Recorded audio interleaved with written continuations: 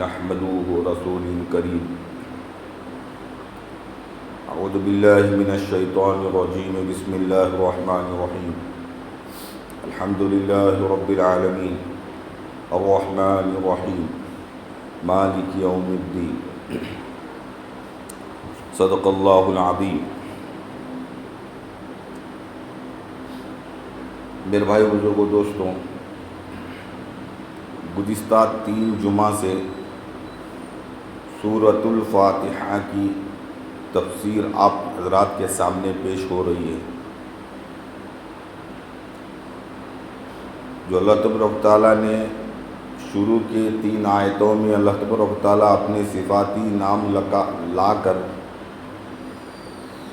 تینوں آیتوں میں 3 چیزوں کو بتایا۔ الحمدللہ رب العالمین سے مراد توحید ہے، الرحمن الرحیم سے مراد رسالت ہے، مالک یوم الدین سے مراد آخرت ہے۔ گزشتہ ان تینوں باتوں پر بیان ہو چکا، اسی کی مالک یوم الدین کی تفسیر آج جمعہ ہوگی۔ اللہ تبارک و تعالیٰ ہر چیز کے مالک ہیں۔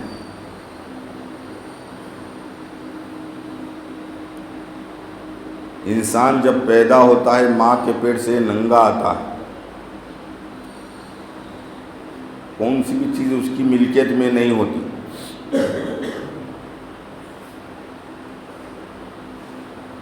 تو جب اس کو شعور آتا ہے، کپڑے مل جاتے ہیں، اس کو ٹھکانہ مل جاتا ہے، رشتے ناطے مل جاتے ہیں، تو اللہ تبارک و تعالیٰ ظاہری طور پر انسان کو دنیا میں وقتی طور پر ملکیت کا مالک ظاہری طور پر بناتے ہیں۔ ویسے تو ہر چیز کے مالک اللہ ہی ہیں حقیقی طور پر، لیکن ظاہری طور پر اللہ تبارک و تعالیٰ مجھ اور آپ کو برتنے کے لیے، استعمال کرنے کے لیے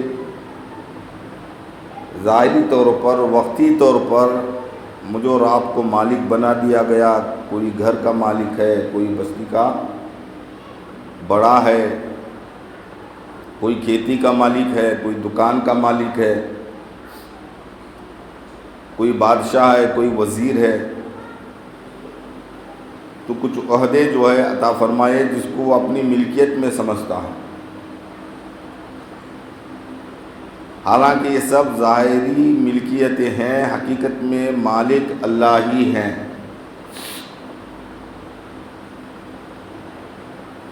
تیسری آیت میں اللہ تبارک و تعالیٰ وہی چیز بتایا، مالک یوم الدین۔ میں آپ حضرات کو اس سورت کی تفسیر پورے جب تک ختم ہو جائے، میں یقین رکھتا ہوں کہ آپ کو اس کے ترجمے کے ساتھ یاد ہو جائے، تاکہ آپ کے نماز میں سورہ فاتحہ پڑھتے وقت مزہ آ جائے۔ جب اس چیز کو بار بار سنیں گے، وہ چیز دل پر اثر کرتی ہے، وہ دل پر اثر کرتی ہے، اس لیے کہ اللہ تبارک و تعالیٰ ایک سسٹم دماغ میں رکھا ہے، ایک ایسی نس کو رکھا ہے، اس کا کام یہی ہے جو چیز بار بار اس سے ٹکرا جائے اس چیز کو وہ ایکسیپٹ کر لیتی ہے، قبول کر لیتی ہے۔ اس لیے کہا جاتا ہے کہ حاملہ عورت جو ہے وہ اچھے چیزوں کو بولے، اچھے چیزوں کو دیکھے، اچھے کام کرے، تاکہ بچے پر اچھے اثرات پڑے۔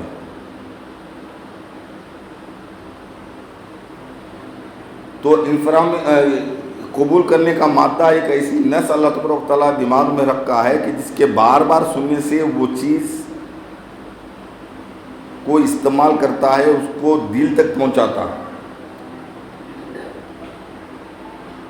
یہ ریسرچ آج کے ٹیکنالوجی سائنس کی بات بتا رہا ہوں، شریعت تو آپ صلی اللہ علیہ وسلم مبعوث فرمائے 1400 سال پہلے ہی اللہ کے رسول نے بتایا تھا، ابھی کھل کر سامنے آ گئے۔ بھئی انسان کے اندر ایک چیز ایسی ہے نس ہے جو انسان کو بار بار سنانے سے آدمی اس پر عمل پیرا ہو جاتا ہے، اور کثرت استعمال سے وہ چیز قابو میں آ جاتی ہے۔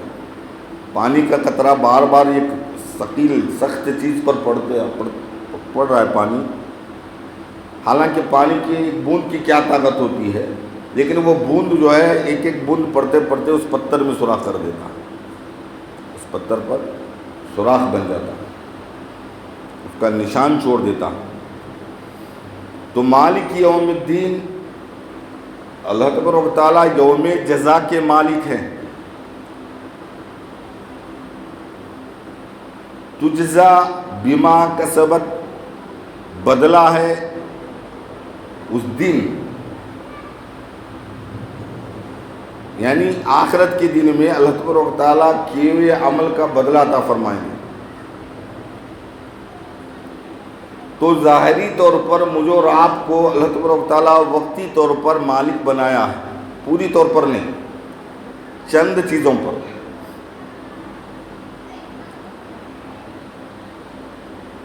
ویسے تو یہ دنیا کی زندگی کی حقیقت قرآن یوں کہتا ہے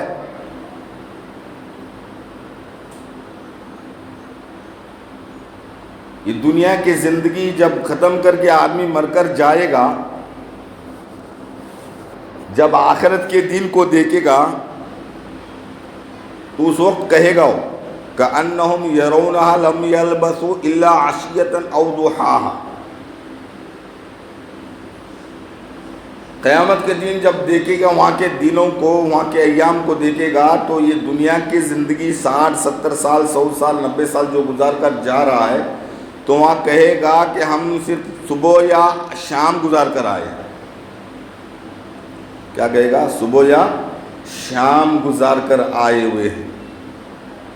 کأنہم یوم یرونہا لم یلبثوا الا عشیۃ او ضحاہا۔ اتنی مختصر زندگی میں اللہ مجھے اور آپ کو مل کے عطا فرمائے۔ گویا قیامت کے مقابلے میں یہ دنیا کی زندگی آدھے دن کے برابر ہے، یا ایک صبح کی اور ایک شام کے برابر ہے۔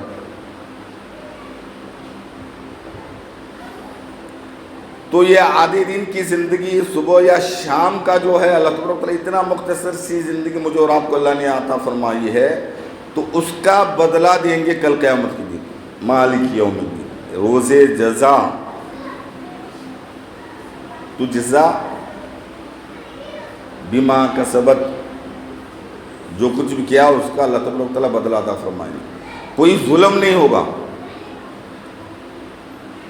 کوئی ظلم نہیں ہوگا، انصاف کا معاملہ ہوگا۔ تو اللہ تعالیٰ اس صورت میں مالک یوم الدین لا کر یوں بتا رہے ہیں کہ اس سے پہلے 2 آیتیں گزری، الحمدللہ رب العالمین الرحمن الرحیم، اس میں اللہ تبارک و تعالیٰ اپنی ستاری کو بیان فرمایا، اپنے رحیمی صفت کو بیان فرمایا۔ تو سمجھنے والے یوں نہ سمجھے کہ اللہ رحمی کرتے ہیں، ہر وقت انصاف نہیں کرتے، بخششی کرنے والے ہیں، جو کچھ بھی کرتے جاؤ، جو کچھ بھی زندگی جیسے تیسے گزارے، جو چاہے بولے، جو چاہے کرے، تو اللہ تعالیٰ رحمی کرنے والے ہیں۔ اس بات کو غلط کرنے کے لیے اللہ نے فرمایا، اس آیت کو لائے مالک یوم الدین، جہاں اللہ تبارک و تعالیٰ رحم کرتے ہیں، کرم کرتے ہیں، عافیت کے معاملے فرماتے ہیں، وہیں پر انصاف بھی کرتے ہیں، وہیں پر انصاف بھی کرتے ہیں۔ اس لیے کل قیامت کے دن اللہ تبارک و تعالیٰ جس دنیا میں جس منہ سے بولا تھا اس منہ کو تالا لگا کر جسم کے ہر عضو کو بولنے کا حکم دے دیں گے۔ وَنَخْتِمُ عَلَىٰ أَفْوَاهِهِمْ، اللہ تعالیٰ منہ پر تالا لگا دیں گے، تو اس کے جسم کے دوسرے اعضاء بولنا شروع کر دیں گے۔ بھئی تعجب ہوگا، منہ سے آدمی بولتا رہا لیکن اب ہاتھ کیسے بولے گا، پیر کیسے بولیں گے؟ جو اللہ تبارک و تعالیٰ قدرت رکھتے ہیں مجھے اور آپ کو منہ سے بولنے کی طاقت عطا فرمائی ہے، کل قیامت کے دن اللہ تبارک و تعالیٰ جسم کے دوسرے عضو سے بھی بولنے کی توفیق عطا فرمائیں گے، قدرت عطا فرمائیں گے۔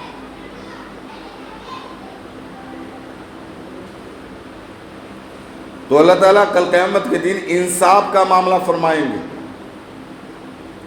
تو وہ ڈر ہر وقت میرے اور آپ کے پاس رہے، تاکہ ہماری یہ صبح شام کی جو زندگی قیامت کے مقابلے میں تھوڑی سی زندگی جو اللہ نے دی ہے، جس میں ظاہری طور پر مجھ اور آپ کو مالک بنایا ہے، حالانکہ اس کے مالک کے حقدار ہم نہیں ہیں۔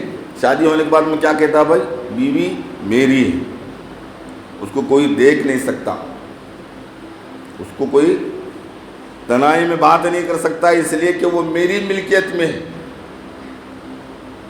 میں نے اس کو مہر دے کر خریدا ہے۔ یہ برداشت نہیں کرتا، حالانکہ اس کو اس نے نہیں بنایا، اس نے اس کو پیدا نہیں فرمایا، لیکن اللہ نے ظاہری طور پر 25 سال 26 سال کے بعد میں جو ہے اس کی نکاح میں وہ آ جاتی ہے، تو وہ کیا کہتا ہے، یہ میرا مال ہے، میری پراپرٹی ہے۔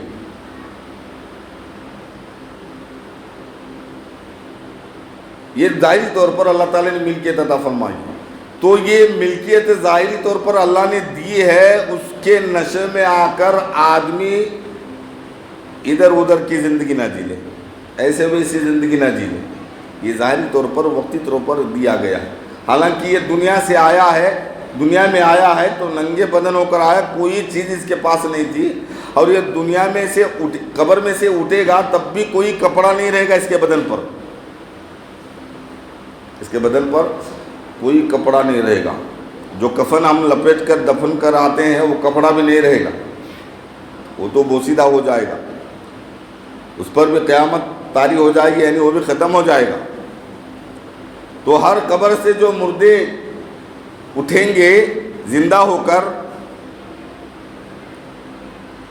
تو اس وقت وہ جو انسان عورتیں ہوں یا مرد ہو وہ تمام ننگے ہوں گے، تاکہ اللہ یہ بتائیں گے کہ بھائی ملکیت صرف میری ہے، قبضہ صرف میرا ہے، تو دنیا میں آیا تھا ننگا آیا تھا، قبر سے تجھے اٹھایا جا رہا ہے ننگا ہے، اس وقت بھی تیرا کچھ نہیں تھا، اس وقت بھی تیرے پاس کچھ بھی نہیں ہے۔ للہ ملک السماوات والارض، اللہ فرماتے ہیں آسمان اور زمین کا مالک، بادشاہت صرف میری ہے، بادشاہت صرف میری ہے۔ تو یہ اللہ تبارک تعالیٰ مجھ اور آپ کو جھنجھوڑتے ہیں، مالک یوم الدین، میں رحم جہاں کرتا ہوں وہیں پر انصاف کا معاملہ بھی کرتا ہوں، گنہگار کو گناہوں کا سزا دوں گا، جھوٹ بولنے والوں کو جھوٹ کا سزا دوں گا، رشوت کھانے والے کو رشوت کھانے کا سزا دوں گا، والمرشی والمرتشی کلاہما فی النار، سود دینے والا سود لینے والا دونوں کو جہنم میں ڈال دیا جائے گا۔ حدیث قرآن میں کیا آتا ہے، لینے والا دینے والا۔ آپ کہیں گے کہ دینے والے کو جہنم میں پھینک دے تو کوئی بات نہیں، لیکن لینے والا تو مجبور تھا بیچارہ، بڑے حالات میں آ کر لیا ہے، تو اس کو کیوں جہنم میں ڈال دیا گیا؟ بھائی لینے والا دینے والا دونوں گنہگار ہیں۔ جس طرح گناہ کرنے والے کے لیے راستہ بتا دینا، تو راستہ بتانے والا بھی گنہگار ہے، راستہ بتانے والا بھی گنہگار ہے۔ تو میرے بھائی بزرگوں دوستو، مالک یوم الدین، تو روزے جزا کا مالک اس دن جو ہے پورا انصاف کا معاملہ کرے گا۔ اگر یہ صرف آیت مجھے اور آپ کو اس کا ترجمہ یاد رہے، اس مالک کا خیال میرے دل میں رہے، تو انشاءاللہ گناہ کرنے سے آدمی ڈرے گا۔ حضور کے زمانے میں ایک عورت آ گئی اللہ کے رسول کے پاس، اللہ کے رسول میں گناہ کی ہوں، مجھے پاک کرو۔ کیا گناہ کیا؟ میں بدکاری کی ہوں، بدکاری کی ہوں، مجھے پاک کرو، میرے پیٹ میں بچہ جو ہے وہ ناجائز کا ہے۔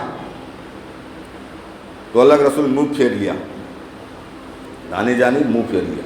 پھر وہ عورت ادھر سے آ گئی، اللہ کے رسول مجھے پاک کرو، دنیا کی سختی میں جھیلنے کے لیے تیار ہوں، لیکن مالک کے سامنے جو ہے سزا ہے اس کی برداشت کی طاقت میرے اندر نہیں ہے، اس کی عذاب، اس کی پکڑ میرے اندر وہ طاقت نہیں ہے، میں دنیا میں اس کو نپٹا کر جانا چاہتی ہوں، مجھے پاک کرو۔ اللہ کے رسول پھر دوسری طرف چہرہ پھیر لیا۔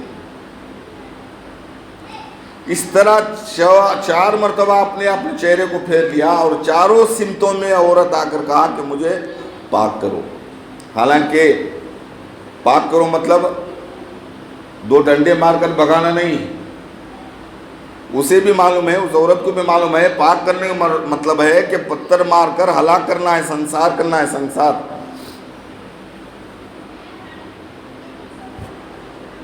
اللہ کے رسول نے فرمایا تو نے گناہ کیا ہے تو اس بچے کا کیا قصور ہے؟ تو نے گناہ کیا ہے، اس بچے کا کیا قصور ہے جس کی وجہ سے وہ بھی مارا جائے؟ جب تک بچہ پیدا نہ ہو جائے اور وہ دودھ پینا چھوڑ نہ جائے تب تک تم پر حد جاری نہیں ہوتی، آپ واپس چلے جاؤ۔ کوئی کیس دائر نہیں، کوئی رجسٹر میں نام دائر نہیں، کچھ بھی نہیں۔ وہ عورت 9 مہینے برداشت کر لیا، ڈیلیوری ہو گئی، پھر 2.5 سال تک دودھ پلایا، یعنی لگ بھگ 3.5 سال ہو گئے۔ اس وقت تو آدمی بھول جاتا ہے اپنے گناہوں کو، جذبات میں آدمی ہمت کر سکتا ہے، لیکن اس پر وقت گزر جائے گا تو پھر وہ ڈھیلا پڑ جاتا ہے، ختم ہو جاتا ہے مسئلہ۔ اس لیے کہتے ہیں جب بھی کوئی جھگڑا ہو جائے تو فوراً فیصلے نہ لے۔ میاں بیوی کا جھگڑا ہو، کوئی بڑا جھگڑا ہو، کوئی بھی جھگڑا ہو تو فوراً فیصلے نہ لے، تھوڑا وقت لے لے، اس کے بعد جو فیصلے ہوں گے وہ صحیح ہوں گے۔ اگر فوراً فیصلے لیں گے تو نقصان ہوگا۔ ایک عورت کا معاملہ میں نے سنا، میاں بیوی کے اندر جھگڑا ہو گیا تو کچھ سختی شوہر کی طرف سے ہو گئی، تو یہ بھی نڈر ہو کر اپنے بھائیوں کو بلایا۔ بھائی آ کر اچھا جو ہے شوہر کو، اس کے شوہر کو کوٹ دیا، سخت پٹائی کی، اس کو جیل میں ڈالا۔ اب وہ اتنا ٹوٹ گیا، اندر سے ناراض ہو گیا کہ اس نے کورٹ سے کچھ بھی ہو جائے جیل میں رہنا پسند ہے لیکن اس کے ساتھ زندگی نہیں نیب سکتی۔ وہ اپنی کارگزاری سنا رہی ہے، اگر میں اس وقت برداشت کر لیتی، تھوڑی سختی کو میں سہ لیتی تو آج میرے بچے ہوتے، میری زندگی ہوتی، میرا گھر ہوتا، لیکن اس وقت میں نے جذبات میں آ کر غصے کے حالت میں فیصلے جو لیے غلط لیے، آج میں مطلقہ بن کر زندگی گزار رہی ہوں، آج بھی میرا نکاح نہیں ہوا اور وہ خوش ہو کر زندگی گزار رہا، دوسرا نکاح کر کے خوشی کی زندگی گزارا۔ تو غصے کے حالت میں فیصلے نہ لے، اس کو ٹال دے، اس وقت کو ٹال دے، اس وقت کو ٹال دے۔ دوسری مرتبہ جو فیصلے لیں گے وہ خیر کے ہوں گے، دونوں کے حق میں، دونوں کے حق میں خیر کے ہوں گے۔ تو خیر 3.5 سال کے بعد میں وہ عورت اپنے بچے کو لے کر ہاتھ میں روٹی دے کر لا رہی ہے اللہ کے رسول کے پاس، 3.5 سال کے بعد۔ حالانکہ عورت اگر نہیں آتی تو اللہ کے رسول کسی کو نہیں بتاتے، یہ راز بن کر رہ جاتا، لیکن چھوڑا نہیں عورت نے، آ گئی اللہ کے رسول، بچہ کھانا شروع کر دیا، اب مجھے پاک کرو۔ 3.5 سال کے بعد میں صحابہ کرام رضی اللہ تعالیٰ اجمعین کو کہا کہ بھائی اس کو شہر کے کنارے لے جاؤ، سنسار کر دو، ختم کر دو۔ یہ گڑھا کھودا گیا، اس میں اس عورت کے کپڑوں کو باندھ دیا گیا تاکہ سختی میں، تکلیف میں ان کے کپڑے کا سطر نہ کھل جائے۔ وہ گڑھے میں عورت جا کر پردے کی حالت میں بیٹھ گئی۔ تمام صحابہ کرام نے پتھر مار مار کر، دیوانے کتے کو مارتے ہیں نا ابھی ہم، پتھر مار کر عورت کو ختم کر دیا۔ جنازے کی نماز پڑھانے کے لیے اللہ کے رسول صلی اللہ علیہ وسلم آگے قدم بڑھائے تو عمر نے روک لیا، اللہ کے رسول اس کی جنازے کی نماز پڑھائیں گے، یہ تو بدکار عورت ہے، اس کی آپ نہ پڑھائیں۔ تو اللہ کے رسول نے فرمایا اس عورت نے ایسی توبہ کی ہے، اس کے توبہ کا 10واں حصہ بھی اگر تمام مدینے کے گنہگاروں میں بانٹ دیا جائے تو سب کی مغفرت ہو جائے، تمام گنہگاروں میں بانٹ دیا جائے تو سب کی مغفرت ہو جائے، ایسی توبہ کی ہے۔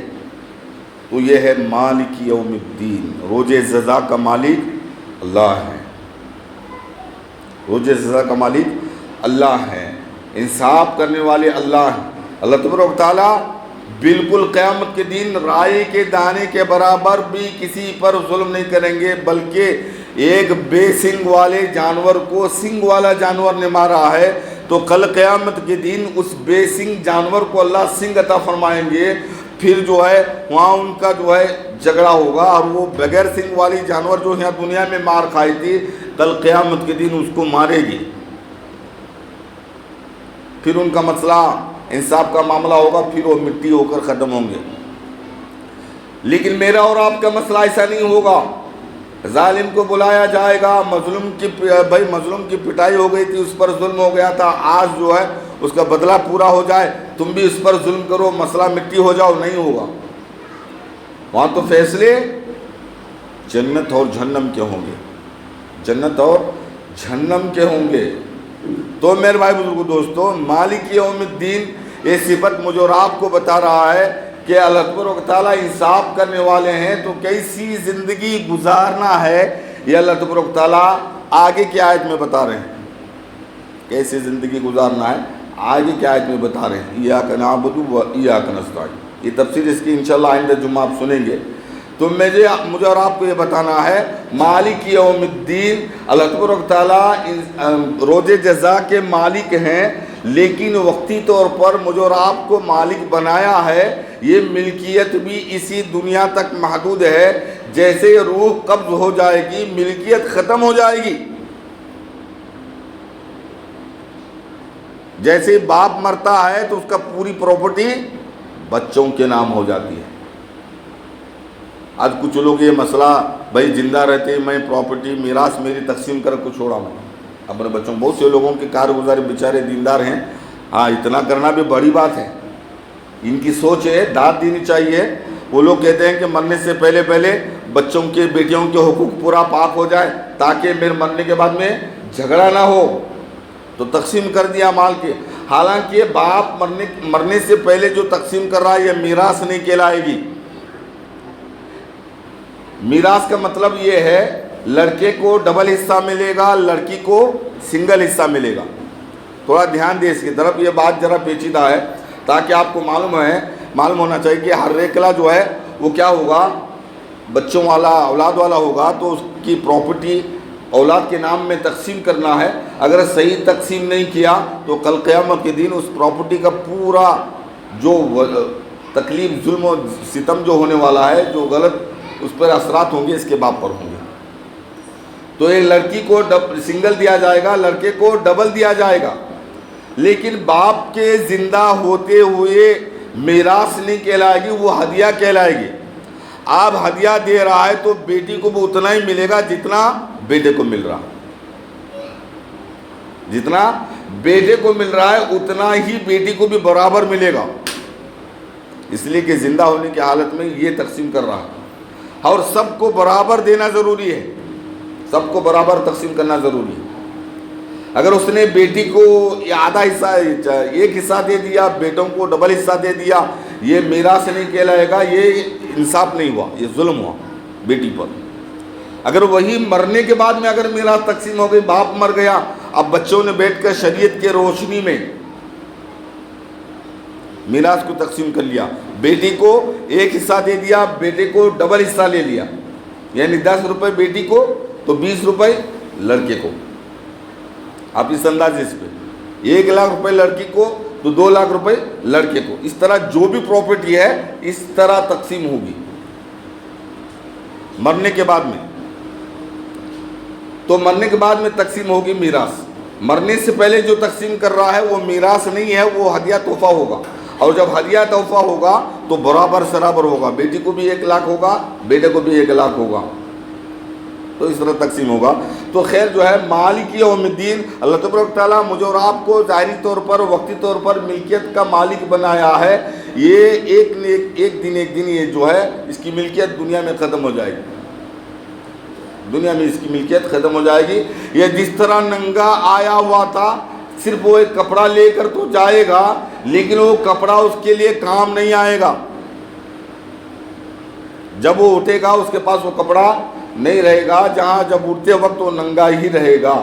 حضرت عائشہ رضی اللہ تعالیٰ نے فرمایا اللہ کے رسول کل قیامت کے دن سب ننگے اٹھیں گے، عورتیں بھی مرد بھی ہوں گی، تو پھر بڑی شرمندگی ہوگی. جو بچے ننگے پیدا ہو رہے ہیں تو ہمیں کوئی افسوس نہیں، لیکن بڑے بڑے جب ننگے جا رہے ہیں تو عجیب ہوگا. تو عائشہ رضی اللہ تعالیٰ نے فرمایا اللہ کے رسول تو بڑی شرمندگی ہوگی اس وقت. تو اللہ کے رسول نے فرمایا اس وقت کا عالم اتنا ہوگا، گھبراہٹ کا، ڈر کا اتنا بڑا عالم ہوگا، اللہ کے مالک کا ڈر اتنا ہوگا، آدمی کو کسی کی طرف دیکھنے کی ہمت نہیں ہوگی، کسی کی طرف دیکھنے کی ہمت نہیں ہوگی. جب اسرافیل علیہ السلام سور پھونکیں گے دوسرا، جیسے وہ آواز چلے گی تو قبروں میں سے مردے اپنے بدن کو جھاڑتے ہوئے ننگے دھڑنگے دوڑیں گے ملک شام کی طرف. اسی دنیا پر ہوگا، ملک شام کی طرف سب مردے اکھڑ کر جو ہے دوڑیں گے. ایک مردے میں سے ایک قبر میں سے 70 مردے نکلیں گے. زیادہ بھی نکلیں گے، 70 ہی نہیں ہے، زیادہ بھی ہو سکتے ہیں. کیوں؟ اس لیے فرمایا کہ بھائی تم اپنے قبروں کو اس طرح گنبد نہ بناؤ. اس لیے کہ اللہ کے رسول نے فرمایا ایک قبر میں سے 70 مردے گڑیں گے، اٹھیں گے، تو تم نے پکا قبر بنا کر رکھ دیا ہے تو پھر آپ اکیلے وہاں سے اٹھیں گے. ساتھ میں رہنے سے بعض مرتبہ اس قبرستان والے کی بھی مغفرت ہوتی ہے. ایک نیک آدمی کے جانے کی بنیاد پر قبرستان والوں کی مغفرت ہوتی ہے. ایسے بہت سے واقعات ہیں، ایسے بہت سے واقعات ہیں تو جن کے برکت سے اللہ تعالیٰ قبر والوں کی مغفرت کر دیتے ہیں. جتنے ایک نیک آدمی بیٹھنے کے بنیاد پر اخلاص کے طور پر بیان سنا، اس نے سننے کی نیت سے، عمل کی نیت سے، فرماتے ہیں اس کے ایک کے عمل سے باقی سب کے قبول کر لیتے ہیں. حج کے موقع پر ایک آدمی کے حج قبول کے بنیاد پر بعض مرتبہ اللہ تعالیٰ اس دن کے تمام لوگوں کے حج کو قبول کر لیتے. 12 اپنے واقعہ سنا. ایک آدمی جو ہے اپنے رقم سے غریب لوگوں کو حج کرنے کے لیے لے کر گئے، اور ان کے مال تو لے لے ظاہری طور پر، بھائی تمہارا مال نام لکھ کر تم جو ہے اپنا مال میرے پاس جمع کر دو، ہم حج پر جائیں گے. پورا ایک 10-12 لوگوں کی جماعت جو تیار ہو گئی، اپنے مال پر اپنا نام لکھ کر جو گھنٹی بنا کر ان کے ہاتھ میں دے دیا. انہوں نے اس گھنٹی کو کمرے میں سب کے گھنٹیوں کو بند کر دیا اور اللہ سے دعا فرمائی تھی کہ اللہ میں تیرے بندوں کو حج کراؤں گا. تو پھر ایک قافلہ نکل پڑا. جب حج ہو گیا، حج ہونے کے بعد میں واپس آ گئے، واپس آ کر جو ہے تمام لوگوں کو دعوت ہو گئی تو پھر ان کے تمام پوٹلیاں جو ہے گھنٹیاں واپس دے دی.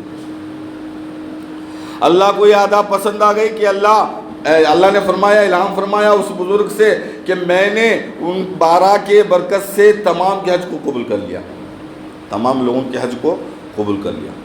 تو میرے بھائی بزرگوں دوستوں، تو بعض مرتبہ کہ ایک قبرستان میں نیک آدمی آنے کی وجہ سے، متقی کے آنے کی وجہ سے گنہگار کی بھی بخشش ہوتی ہے.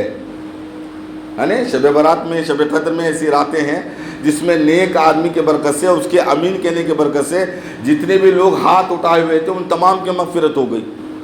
اس لیے جو ہے اجتماعی دعاؤں کو فوقیت دی گئی، اجتماعی عمل کو فوقیت دی گئی. تو مالک یوم الدین انصاف پسند اللہ تبارک تعالیٰ رہیں گے تو آپ منصف ہے، بیٹھا ہوا ہے انصاف کرنے والا، تو مجھے کیسی زندگی گزارنی ہے تو کہیں میں پکڑا نہ جاؤں، اللہ کے ہاتھ میں گرفت میں نہ آ جاؤں. تو اللہ تبارک تعالیٰ آگے بیان فرمایا ایاک نعبد و ایاک نستعین. یہ آگے انشاءاللہ اس کی تفسیر سنیں گے. اللہ تبارک تعالیٰ مجھے اور آپ کو عمل کرنے کی توفیق عطا فرمائے. ایک اعلان بھی ہے بھائی، یہ بارش کی اتنے بڑے حالات گزرے ہیں کیرلا پر کہ 2 ہفتے سے جو ہے بیلگام جمعیت کی طرف سے، بنگلور والوں کی طرف سے فون آ رہے ہیں کہ بھائی رامدور سے بھی کچھ تمام انڈیا سے پیسہ جا رہا ہے. بہت سے لوگ مرے ہیں، آج بھی ان کے لاش ملنے کے لیے تیار نہیں ہیں. پہاڑیں جو ہے ان کے بستیوں پر گرے ہیں، پہاڑ ٹوٹ کر، جس کی وجہ سے آج بھی جو ہے بے گھر ایسے ہو گئے، کوئی سارا ان کے پاس نہیں ہے. تو آخری جمعہ ہے، اب براہ راست جو ہے وہاں کی جمعیت کو پہنچانے کے لیے کچھ اکاؤنٹ نمبر بک دیے ہیں ہم کو، اور انشاءاللہ جو ہے آخری تاریخ بتائے ہوئے ہیں. میں بھی جو ہے اسی بیماری کی وجہ سے یا یاد نہ ہونے کی وجہ سے نہیں بتایا. آپ کے پاس جتنی طاقت ہے 1-2 ساتھی کو وہاں ٹھہرائیں انشاءاللہ. آپ امداد فرمائیں. پورے تعلق میں یہ عمل ہو رہا ہے، جمعہ کے روزات جو ہے وہ پیسہ گولا کر کے انشاءاللہ کیرلا کے جمعیت کو حوالے پہنچا دیا جائے گا. وہاں مستحقین تک جو ہے انشاءاللہ وہ پہنچائیں گے. اس کی کوشش ضرور کرے. اللہ ہمارا مال وہاں پہنچانے کا جو ہے اللہ تعالیٰ توفیق عطا فرمائے. وآخر دعوانا الحمدللہ رب العالمین.